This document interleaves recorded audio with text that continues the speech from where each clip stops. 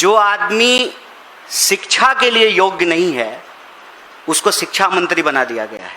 80 बार से ज़्यादा इस देश की परीक्षाओं के पेपर लीक हो चुके हैं। परीक्षा होती है, पेपर लीक हो जाता है, परीक्षा पर चर्चा करके रील बनाने वाले प्रधानमंत्री साइलेंट मोड पर चले जाते हैं। आप शिक्षा मंत्री बनाए हुए हैं साहब, वो आपके ही कैबिनेट के मंत्री हैं, ट्रंप नहीं है कि 45 डिग्री में आप कांप रहे हैं उनसे इस्तीफा लेने में। कि जो एनटीए के डायरेक्टर हैं, आप उनका बैकग्राउंड चेक करके देख लीजिए। उनका बैकग्राउंड सरकार में बैठे हुए लोगों से राजनीतिक संबंध का बैकग्राउंड है। देश के नौनिहालों का गला घोटा जा रहा है। आप इस देश के युवाओं का आंख फोड़ करके विकसित भारत का चश्मा बेच रहे हैं। पेपर लीक कराने वाले गुरुओं से जिनका संबंध भाजपा और आरएसएस से है, उनके दम पर तो विश्वगुरु नहीं बन पाएंगे। वोट चोरी करके जो लोग कुर्सी पर बैठ जाते हैं, उनके शासन में पेपर लीक होना एबिलिटी है, कैपेबिलिटी है। उनके दौर में पेपर लीक होना बहुत स्वाभाविक है। देश में जो हो रहा है, सरकार के लिए कॉमेडी हो सकता है, लेकिन देश के जो नौनिहाल हैं, देश के जो भविष्य हैं, उनके जीवन मरण का सवाल है। आप सब पिछले कुछ सप्ताह से इस देश की शिक्षा व्यवस्था से जुड़ी हुई कई महत्वपूर्ण घटनाओं को कवर किए हैं। हालांकि हमारी देश की बहुत सारी मीडिया घंटों चर्चा करती है झालमुड़ी पर और मेलोडी पर, लेकिन इन सब चर्चाओं के बीच एक जो ज़रूरी मसला है वो ये है कि इस देश में विद्यार्थियों के, नौजवानों के आत्महत्या करने की जो रफ्तार है वो लगातार बढ़ती जा रही है। 1 घंटे के भीतर 2 नौजवान इस देश में आत्महत्या कर रहे हैं, और आत्महत्या का सीधा संबंध इस देश की चौपट शिक्षा व्यवस्था से है। जो आदमी शिक्षा के लिए योग्य नहीं है उसको शिक्षा मंत्री बना दिया गया है। और यह बात मैं पूरी जिम्मेवारी से कांग्रेस पार्टी की ओर से आपके बीच रख रहा हूँ। आपने देखा होगा कि किस तरीके से हर साल इसी महीने नीट को लेकर के एक बवाल शुरू होता है, और सरकार के जो रवैये हैं वो ढाक के 3 पात। न शिक्षा मंत्री का इस्तीफा होता है, न दोषियों पे कोई सख्त कार्रवाई होती है, और हर साल पेपर लीक होता है। आप जानते हैं कि 80 बार से ज़्यादा इस देश की परीक्षाओं के पेपर लीक हो चुके हैं। कल की खबर है कि एसएससी जीडी की परीक्षा देने के लिए एक केंद्र पर 800 से ज़्यादा लोगों को बुला लिया गया, और बैठने की व्यवस्था सिर्फ 250 लोगों की थी। जो शिक्षा मंत्री, जिस देश की सरकार एक परीक्षा नहीं ठीक से करवा पा रहे हैं, आप बताइए कि एक साफ सुथरी परीक्षा के बिना, इस देश में ईमानदार गुरु के बिना हम विश्व गुरु कैसे बनेंगे। कल सुबह सुबह प्रधानमंत्री जी का मेल आया उनके ऑफिस से, और विदेश में उनकी उपलब्धियां गिनाई जा रही थी, और देश में लगातार सुर्खियों में यह बात बनी हुई है कि पहले नीट और फिर सीबीएसई का मामला। और सीबीएसई का मामला ऐसा है कि एक 17 साल का बच्चा अपनी समस्याओं को लेकर गुहार लगाता है, और सरकार की चापलूसी में अपने रीढ़ की हड्डी खो चुके पत्रकार आनन फानन में उस विद्यार्थी को देशद्रोही और पाकिस्तानी बताने लगते हैं। दिक्कत ये है कि जब प्रधानमंत्री जी और उनके दोस्त को ही देश मान लिया जाता है, तो देश हित की हर बात देश विरोधी लगने लगती है। आप हमें बताएं कि प्रधानमंत्री परीक्षा से पहले परीक्षा पर चर्चा करते हैं, परीक्षा होती है, पेपर लीक हो जाता है, परीक्षा पर चर्चा करके रील बनाने वाले प्रधानमंत्री साइलेंट मोड पर चले जाते हैं, चुप्पी साध लेते हैं। एक शब्द उनके मुंह से नहीं निकलता है कि ऐसी क्या मजबूरी है कि एक अयोग्य शिक्षा मंत्री को आप शिक्षा मंत्री बनाए हुए हैं। साहब वो आपके ही कैबिनेट के मंत्री हैं, ट्रंप नहीं हैं कि 45 डिग्री में आप कांप रहे हैं उनसे इस्तीफा लेने में, उनको उनके पद से हटाने में। ऐसी क्या मजबूरी है? आप पिछले 2 सप्ताह के घटनाक्रम को देखिए। नीट का पेपर लीक होता है और पेपर लीक होने पे दलील ये दी जाती है कि पूरा पेपर लीक नहीं हुआ है। पूरा पेपर लीक कब होगा? जब क्वेश्चन पेपर न्यूज़पेपर में छप के आएगा।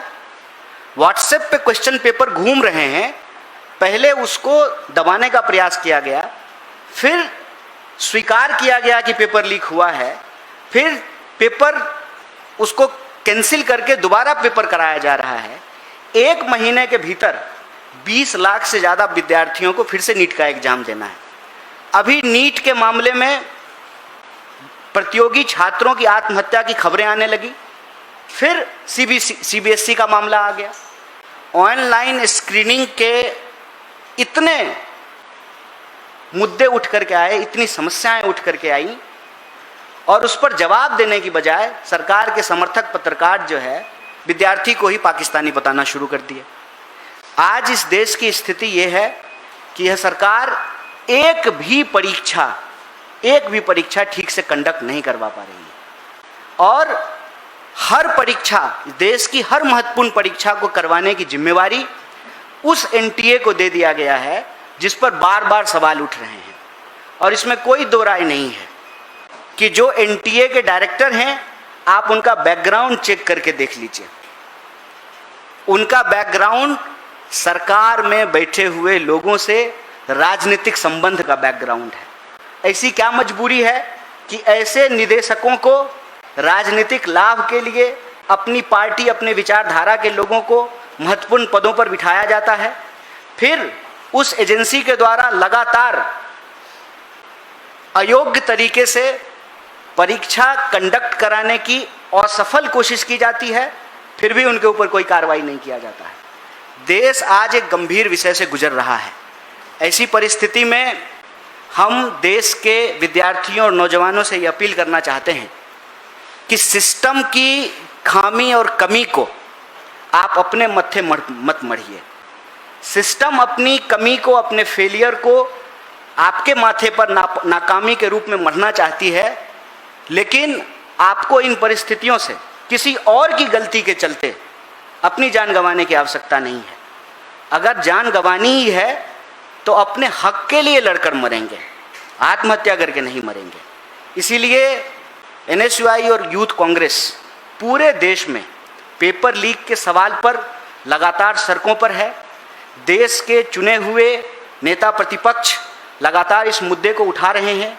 हम कह रहे हैं कि प्रधानमंत्री चुप्पी तोड़ें, अपनी मजबूरी से बाहर आकर के अयोग्य शिक्षा के लिए अयोग्य शिक्षा मंत्री के ऊपर कार्रवाई करें, उनको बर्खास्त करें, दोषियों के ऊपर सख्त कार्रवाई हो, जीरो टॉलरेंस के साथ पेपर लीक को रोकने के लिए सख्त कानून बनाया जाए, और इस देश की परीक्षाओं के चलते, परीक्षा में होने वाली गड़बड़ियों के चलते जो देश के भविष्य का, देश के नौनिहालों का गला घोटा जा रहा है, इसको बंद किया जाए।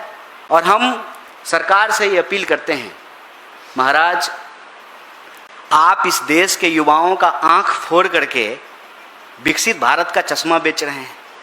इस देश के युवाओं को कैद करके, उनकी आवाज़ को दबा करके आप विकसित भारत का चश्मा बेच रहे हैं। भारत विकसित तब होगा जब देश के विद्यार्थियों को सही शिक्षा मिलेगी, शिक्षित लोगों को रोजगार मिलेगा, और रोजगार की उनकी ताकत से अर्थव्यवस्था मजबूत होगी, तब देश मजबूत होगा, और तब हम विश्वगुरु बनेंगे। पेपर लीक कराने वाले गुरुओं से जिनका संबंध भाजपा और आरएसएस से है, उनके दम पर तो विश्वगुरु नहीं बन पाएंगे। ये छलावा बंद किया जाए, और देश के अंदर यह जो स्थिति पैदा की गई है, किसी भी लोकतांत्रिक आवाज़ को आनन फानन में देशद्रोही साबित करना है, पाकिस्तानी साबित करना है, यह रवैया देश के लिए ठीक नहीं है। और जो लोग सवाल उठाते हैं, उन सवालों को गुमराह करने की बजाय सरकार को उन सवालों का जवाब देना चाहिए। सीधा सीधा कांग्रेस पार्टी की तरफ से हम प्रधानमंत्री से यह सवाल पूछ रहे हैं कि प्रधानमंत्री जी, आप परीक्षा पर चर्चा करके रील बना लेते हैं, पेपर लीक के बाद आप चुप्पी क्यों साध लेते हैं? आप अपनी चुप्पी तोड़िए। इनकॉम्पिटेंट, इनकेपेबल जो मिनिस्टर्स हैं आपके, अपने मंत्रालय को छोड़ करके दुनिया की हर चीज़ पे वो बात करते हैं, लेकिन अपने मंत्रालय की जवाबदेही वो नहीं लेते हैं। शिक्षा मंत्री को शिक्षा मंत्रालय की जवाबदेही लेनी पड़ेगी, और वो जवाबदेही वो पूरा करने में विफल हुए हैं, इसलिए इस शिक्षा मंत्री को बर्खास्त करना चाहिए। तीसरी बात, एनटीए के ऊपर बार बार सवाल उठ रहे हैं, उसकी प्रक्रियाओं के ऊपर सवाल उठ रहे हैं, उसमें सरकार से जुड़े हुए लोगों को नियमों को ताक पर रख करके उनको सारा काम दिया जाता है, उनको ठेका दिया जाता है। एनटीए से free and fair examination conduct कराना पॉसिबल नहीं है। या तो आप एनटीए से परीक्षा लेने की जो काम है उसको वापस लीजिए और एनटीए को इससे बेदखल कीजिए। अदरवाइज अगर आप चाहते हैं कि एनटीए जैसी कोई संस्था इस देश में एग्जाम कंडक्ट कराए, तो फिर उसको संवैधानिक दर्जा दिया जाना चाहिए। एक एनजीओ की तरह जो है एनटीए नहीं चल सकता है। और चौथा, देश के चाहे नीट के स्टूडेंट हों या सीबीएसई के स्टूडेंट हों, उनके माँ बाप से, उनके परिवारों से हम ये कहना चाहते हैं, देश का सबसे बड़ा विपक्षी दल होने के नाते एनएसयूआई, यूथ कांग्रेस और पूरी की पूरी कांग्रेस पार्टी सड़क से लेकर के संसद तक आपके न्याय की, इस सच की लड़ाई में आपके साथ खड़ी है। आप सब जानते हैं कि नीट के प्रतियोगी छात्र के परिवारों को हम लोग मदद कर रहे हैं, बाकी परिवारों को हम मदद करेंगे। और सीबीएसई के जो स्टूडेंट हैं उनके लिए हमने एक हेल्पलाइन नंबर जारी किया है, एक टोल फ्री नंबर जारी किया है। इसके साथ साथ हम नीट के लिए भी एक हेल्पलाइन नंबर जारी किए हैं। और हम इस देश के नौनिहालों से, जवानों से ये अपील करना चाहते हैं कि आपको अपनी जान लेने की ज़रूरत नहीं है। किसी और की नाकामी के चलते अपना बहुमूल्य जीवन गंवाने की ज़रूरत नहीं है। आप इस देश के होने वाले नागरिक हैं, आप इस देश के नागरिक हैं, और इस देश की सरकार को यह जिम्मेवारी लेनी पड़ेगी। किसी भी सूरत में हम लोकतंत्र को लाठी तंत्र नहीं बनने देंगे। आपकी इस लड़ाई को मजबूती से आगे बढ़ाने के लिए हम पूरी ताकत से खड़े हैं। सीबीएसई के जो प्रभावित स्टूडेंट हैं, जो ऑनलाइन स्क्रीनिंग के माध्यम से अपना उत्तर पुस्तिका नहीं प्राप्त कर पा रहे हैं, उनके उत्तर पुस्तिका में जो उन्होंने आंसर शीट में जो जवाब लिखा है, इसके हिसाब से उनको मार्क्स नहीं दिए गए हैं। अगर उनको कम अंक आए हैं, किसी तरह की परेशानी अगर सीबीएसई के स्टूडेंट को हो रही है, सभी लाखों प्रभावित छात्रों के लिए हम एक नंबर जारी कर रहे हैं। एनएसयूआई ने इसको अपने सोशल मीडिया हैंडल से जारी किया है। हम आपके माध्यम से देश को फिर से इस नंबर को अवगत कराना चाहते हैं। नंबर है 9260030030। इस पे आप अपनी शिकायत दर्ज करा सकते हैं।